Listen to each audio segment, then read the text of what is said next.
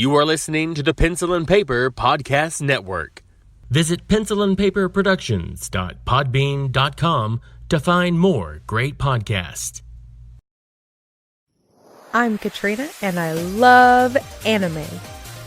I'm Stephen, and I'm aware of anime. But what if that affection could rub off? Perhaps that excitement in her eyes got me curious. I could offer up some solid anime. I could give them a watch, just to see what all the fuss is about. And maybe, just maybe, I could learn to love anime too. Welcome to Inspired by a Weeaboo. Welcome back, my Weeaboo family.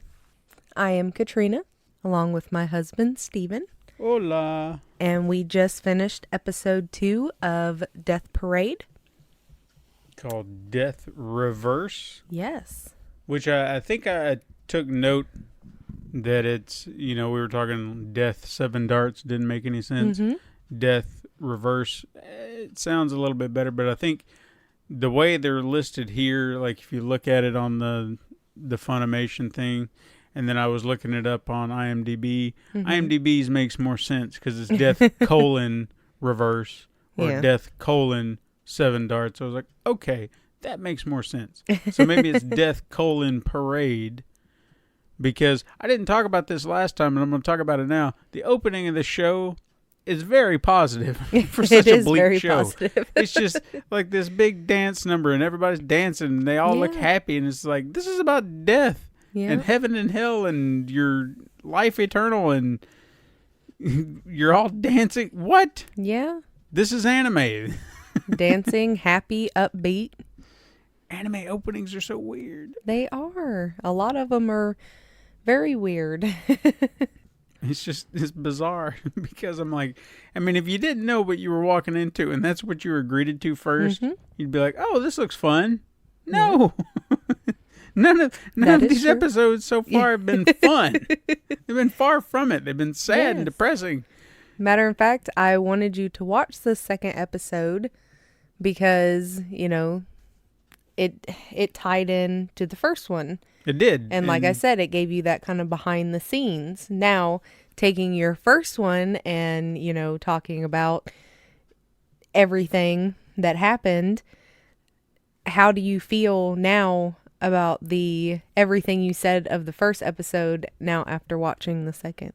Well, I think we'll break it down as we go through because it's definitely an eye-opener, and it does challenge your perception. Yes.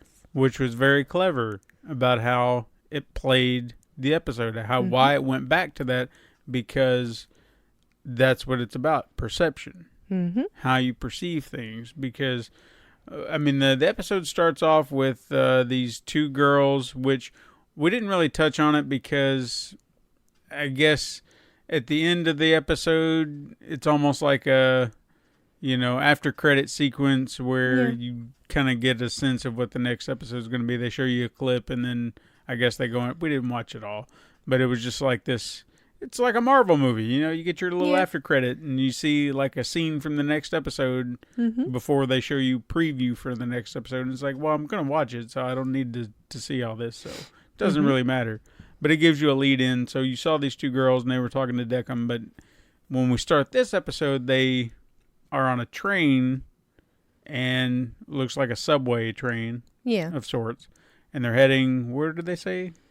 They were Station heading 13? to the 15th floor. 15th floor. Mm-hmm. Okay. And that's where Decim is, obviously. We got a name. One is a little white-haired girl, and she's got the eyes like Decim. She got those little cross eyes, and which I'm assuming that's what all arbiters have. And the eyes that have those, I say cross eyes, but you got to really look at them. They're just, I don't really know another way to describe it. Yeah, they're kind of like a kind they of. They don't look dopey. What is it, That's bronze star. Yeah. Or bronze cross. Yeah. The Iron Cross. No, yeah, something like that. Yeah. But yeah, not really like cross, like not like I was thinking like crucifixion, but okay. Either of those, not either of those, but kind of like a cross-ish shape, but, kind of chunkier. Yeah. I guess. So the white-haired girl, her name is Nona. She's got the arbiter. I got the word out. Arbiter eyes. Mm-hmm. And then there's another little girl. Well, she's not a little girl. She's tall and lanky, and she's got that dark, gothy hair. Yeah. She doesn't have a name. No. I was looking for that, but she's acted like, or she seemed like she didn't know who she was.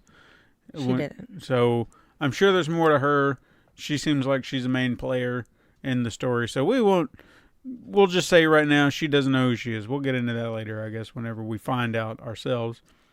They get off the train, and I'm just gonna mention this: clip clop, in all these shows, every show, anime, you got to hear the little shoes. Yeah. Well, they're wearing high heels, and it's all like stone. They all walk like that. Even on Phoenix Wright, you heard the clip clop of their feet.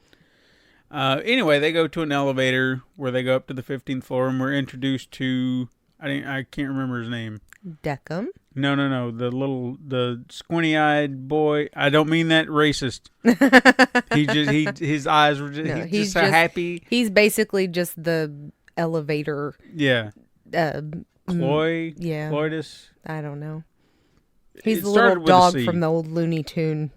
Going down. But no, he's happy as hell. He's happy as hell to be there. He's got his little punk ass hair, green with orange in it and whatever, and he's just, how y'all doing? He's just happy. I'm just the elevator boy. And Which anyway, is totally not how he speaks. That's not how he speaks. I'm just kind of giving you an idea. Anyway, he takes him up to the 15th floor. They go up there, and they get up there before the two characters we met in the last episode, Takashi and Michiko.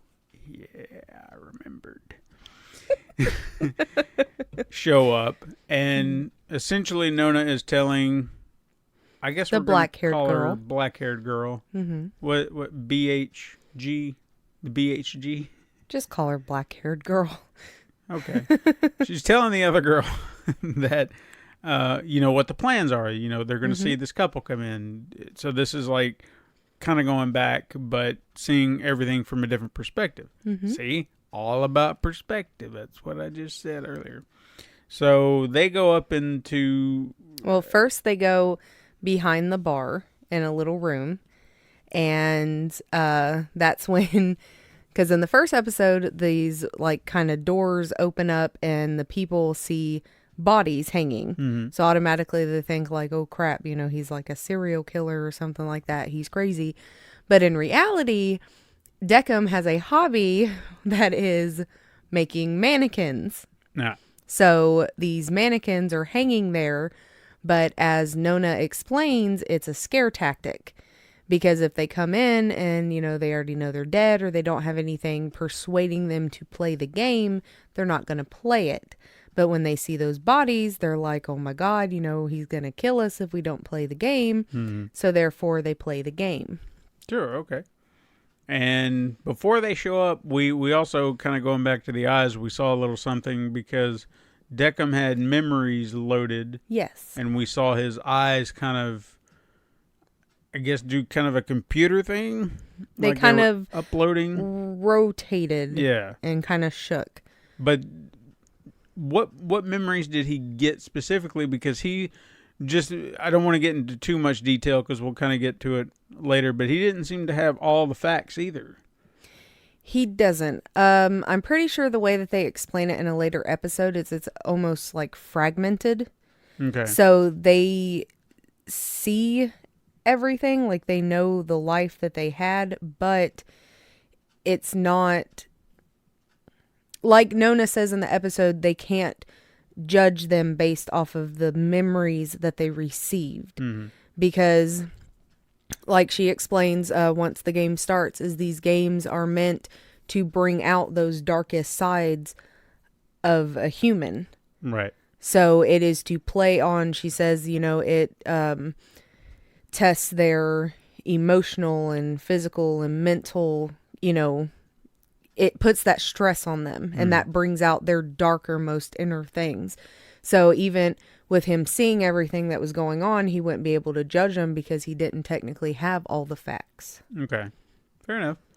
So Nona and the black-haired girl are kind of watching from a balcony. I guess another room. Or, yeah, they're in another room, and then kind of above the room that Takashi and Michiko are in. And we're kind of watching them do their dart thing. But as all that's kind of playing out, Nona's describing the game, kind of everything we talked about in the last episode where, it's hitting an organ, they're throwing the darts, the rules, and even kind of going into greater detail about like where we were talking about there's a score in the game, but the score doesn't really matter because they weren't really told about how the game works. Like they don't understand. They assume they know how the game works. Yeah. They assume that whoever loses might die. Right. So they're under that assumption, but the true perception of the game is they don't know jack shit. So they're just playing a game. Yes. And we kind of see them kind of go through all the events that happen, everything that we talked about where Takashi's being a jackhole, and then Michiko has her moment and she snaps on him and tells him that I was cheating on you, it's not your baby and all that. And we see them go one to Ascension, one to Damnation. Yes. It's a good way to put it. But then Nona and Decim and black-haired girl kind of meet back up in the bar and discuss everything that they talked about. And this is where it got really interesting for me as far as perception, because the black-haired girl spotted something that Decim didn't. Yes. She seemed to realize that Michiko was lying. Yes. That she didn't have an affair, that was she pregnant? Yes. So she was pregnant with Takashi's baby. Now, what the black-haired girl does say is that it could have been, like, she could have had an affair, because there is a memory that they show where he's on his cell phone and she's kind of curled up, like crying, like almost she's, having regret about something. So she said that she could have had an affair or could have done something, and it could have been before they were married. Right. But could have done something that, she regretted and was upset about. Like that could have been the thing he was seeing. But as far as the baby, it was Takashi's. Yeah. Or Takashi's. However you want to say it. So there was a moment they show before she reveals that where she's looking at a ring and she's in tears and she's crying. And then, of course, she goes off. So she was, as she was looking at her ring and crying, she was remembering, like, the promise they made. Right. That they said they would love each other. And, you realize that she did love Takashi. Mm-hmm. And then they start discussing why she would have done that, because Decim, he's confused by it all. He seems kind of robotic in the sense where he's just like, I don't understand. Why would she do that? And the black-haired girls, well, they were dead.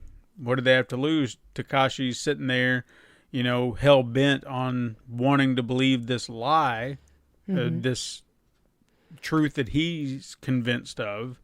So why not just let him have it? Yeah. Because they're dead anyway, so just here, there you go. This is what you want. You got it. That's my gift to you.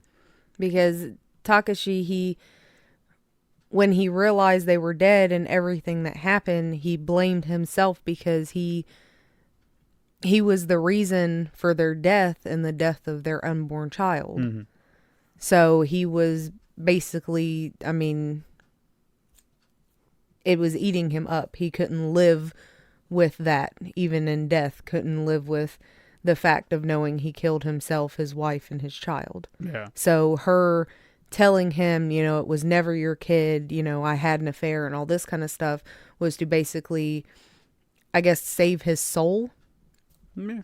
So, she knew they were going to be parted, even if she didn't know, if they were going to heaven or hell. They never technically tell them that.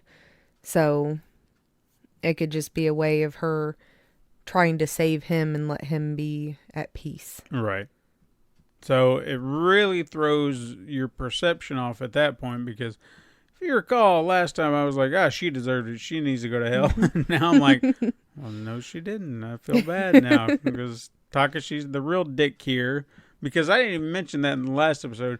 There was a moment, I know we kind of glazed over some of their dart throws and stuff like that, but there was one, they kind of retouched on it here, and I remembered it, and I made a note of it. I made notes this time, people. You did. That way I could remember stuff. So proud of you. But he picked up the dart, and he had a moment where he saw his death, or thought he was going to be hanging in the meat locker with the other mannequins, and it panicked him, and he was afraid of dying.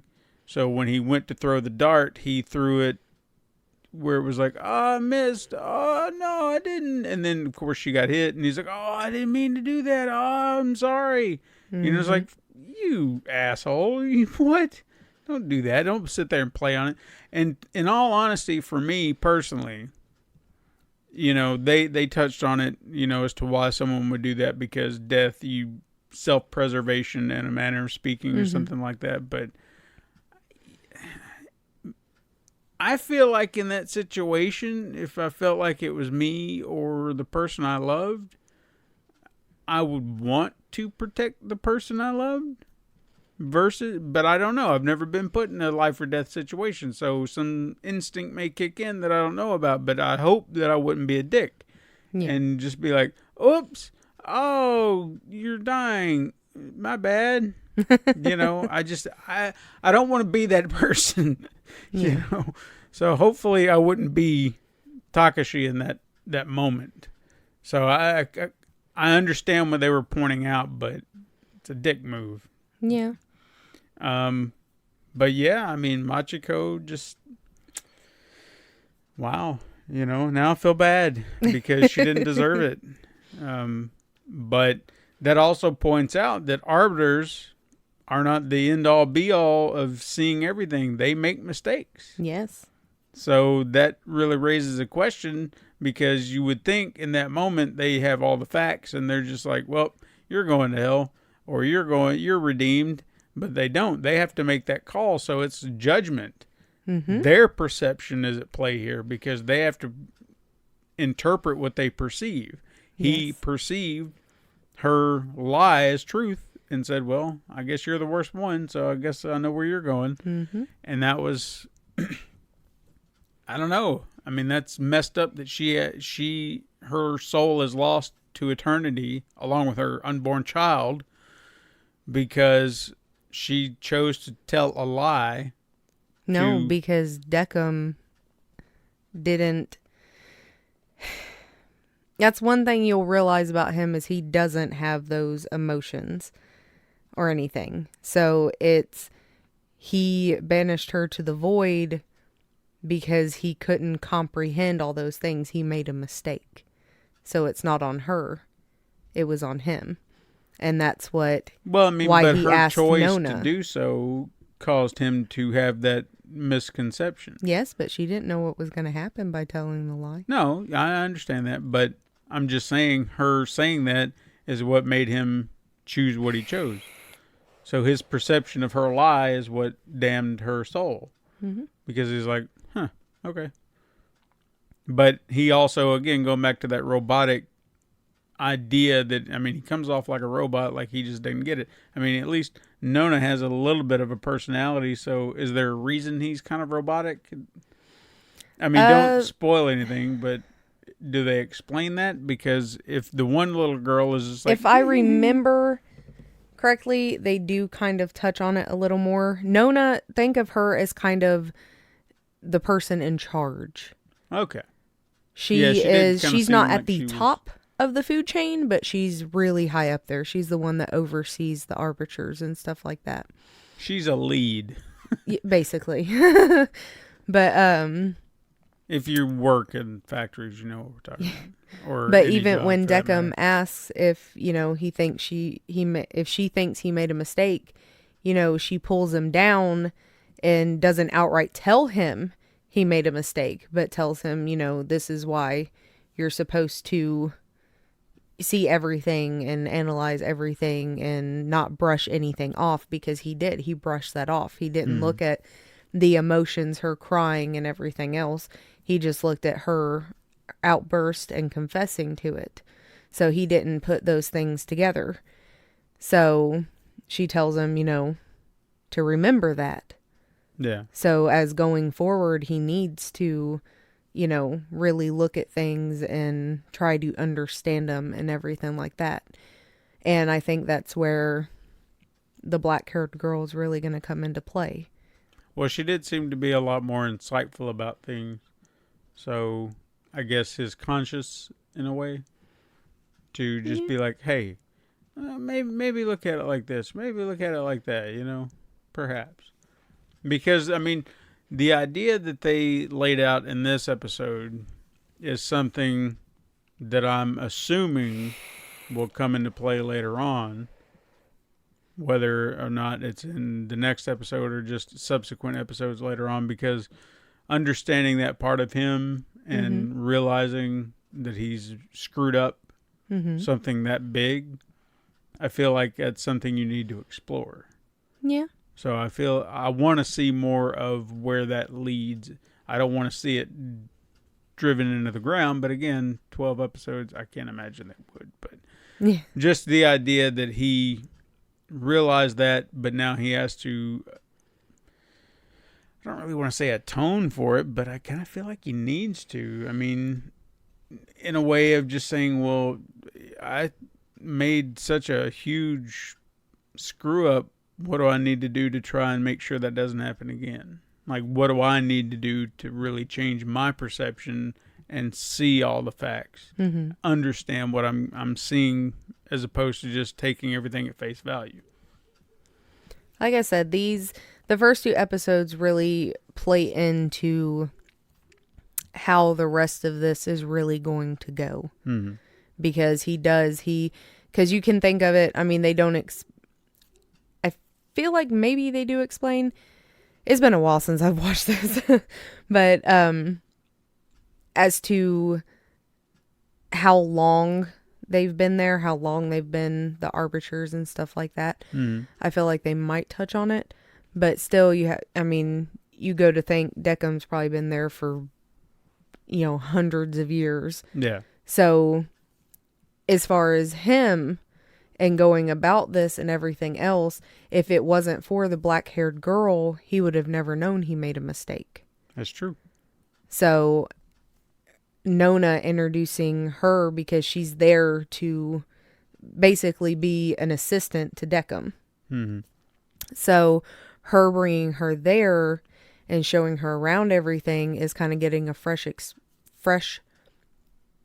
perspective. Yes. And is going to help Decim. Excellent. See, I told you, it's all about perspective. Yeah. So the fact that there are themes already running through all these, that intrigues me, because I dug out themes out of the first 2, and I hope that trend continues. That intrigues me. Yeah. That I found them. Maybe I'm a lot more perceptive than I realized. I made it funny. And he made a drink. He did. He made some drinks. They kind of looked like martinis. They did. But very martinis pinkish. Suck, by the way.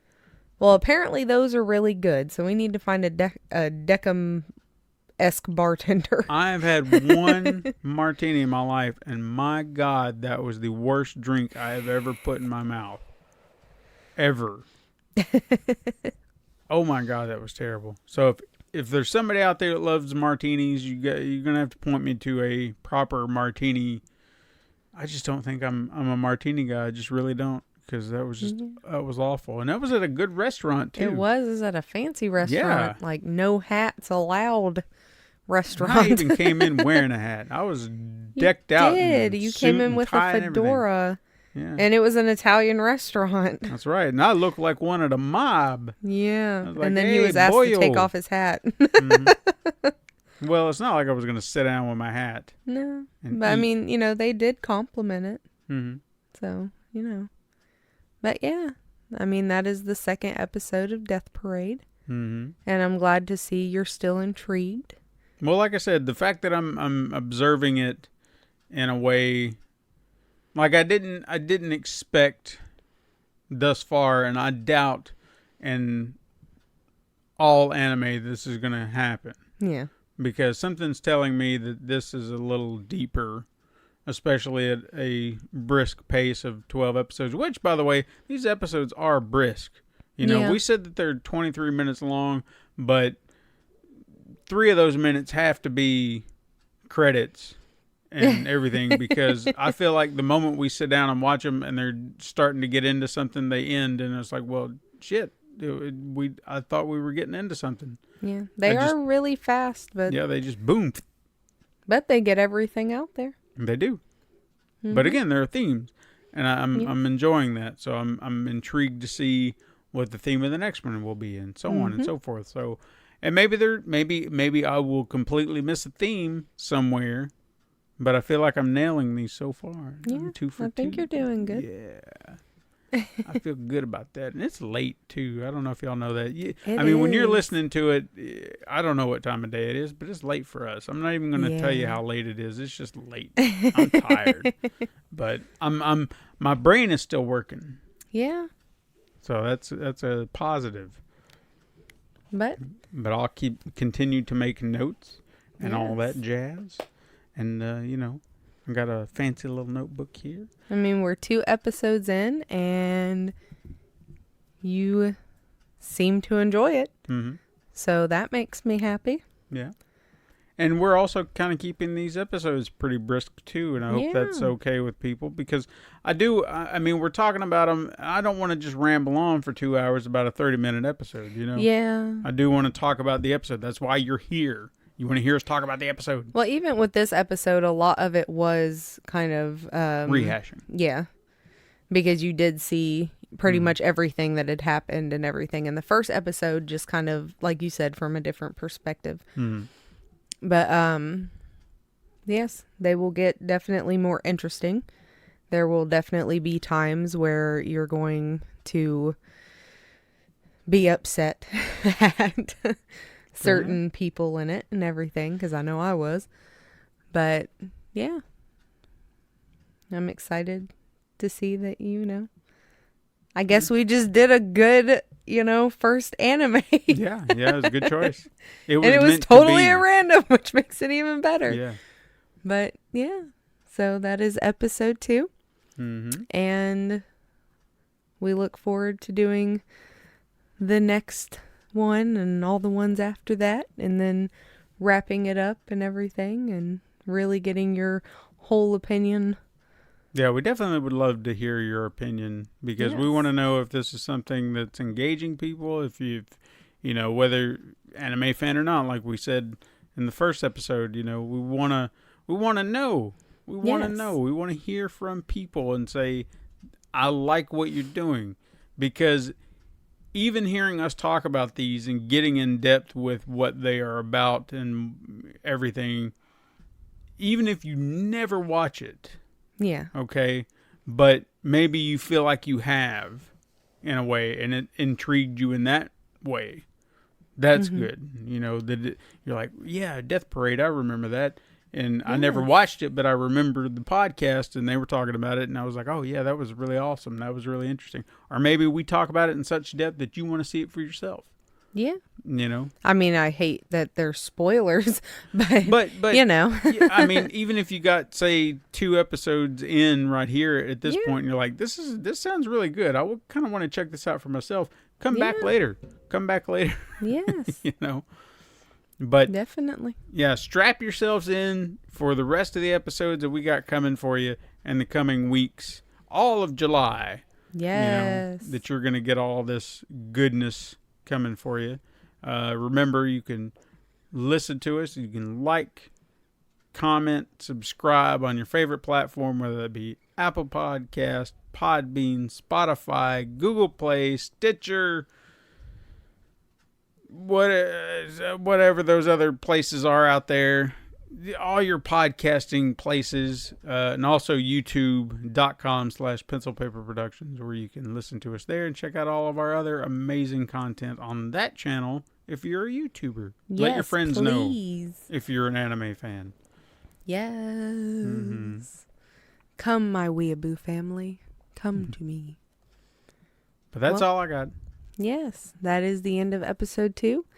And like always, much love, my Weeaboo family, and we'll see you next time.